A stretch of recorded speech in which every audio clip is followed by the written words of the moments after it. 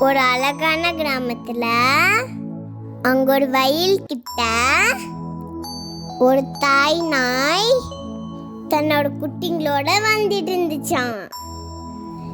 எப்போதும் தாய் நாய் தன்னோட குட்டிங்க கிட்ட நீங்க எங்க வேணாலும் போய் விளையாடுங்க, ஆனா அந்த கிணத்துக்கிட்ட மட்டும் எங்கேயும் போக கூடாதுன்னு சொன்னுச்சு. ஆனா அந்த நாய்க்குட்டி யோசிச்சு, ஏன் அம்மா அங்க போக கூடாதுன்னு சொல்றாங்க? அப்படி அந்த கிணத்துக்குள்ள என்னதான் இருக்குது அப்படின்னு யோசிச்ச நாய்க்குட்டி அந்த கிணத்துக்குள்ள போய் எட்டி பார்த்துச்சு. அந்த நாய்க்குட்டியோட பிரதிபலிப்பு நீரில் தோன்றியது. குட்டி நாய் என்னெல்லாம் செய்தோ கிணறு நீர் பிரதிபலிச்சது. ஆனா கிணத்துக்குள்ள இன்னொரு நாய்க்குட்டி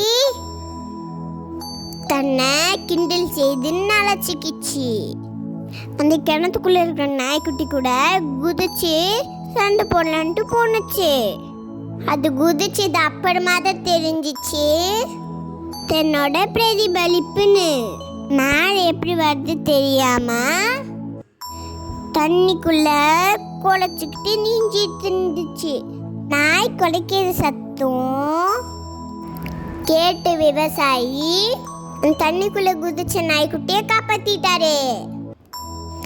அந்த சமயத்துல தாயோட பேச்சு கேட்காம போனது எவ்வளவு பெரிய தப்புன்னு குட்டி நாய்க்கு புரிஞ்சது.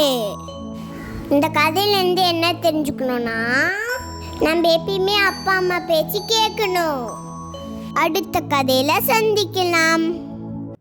என் கதை பிடிச்சிருந்ததுன்னா ஷேர் பண்ணிக்கோங்க, சப்ஸ்கிரைப் பண்ணிக்கோங்க. பாய், see you tomorrow.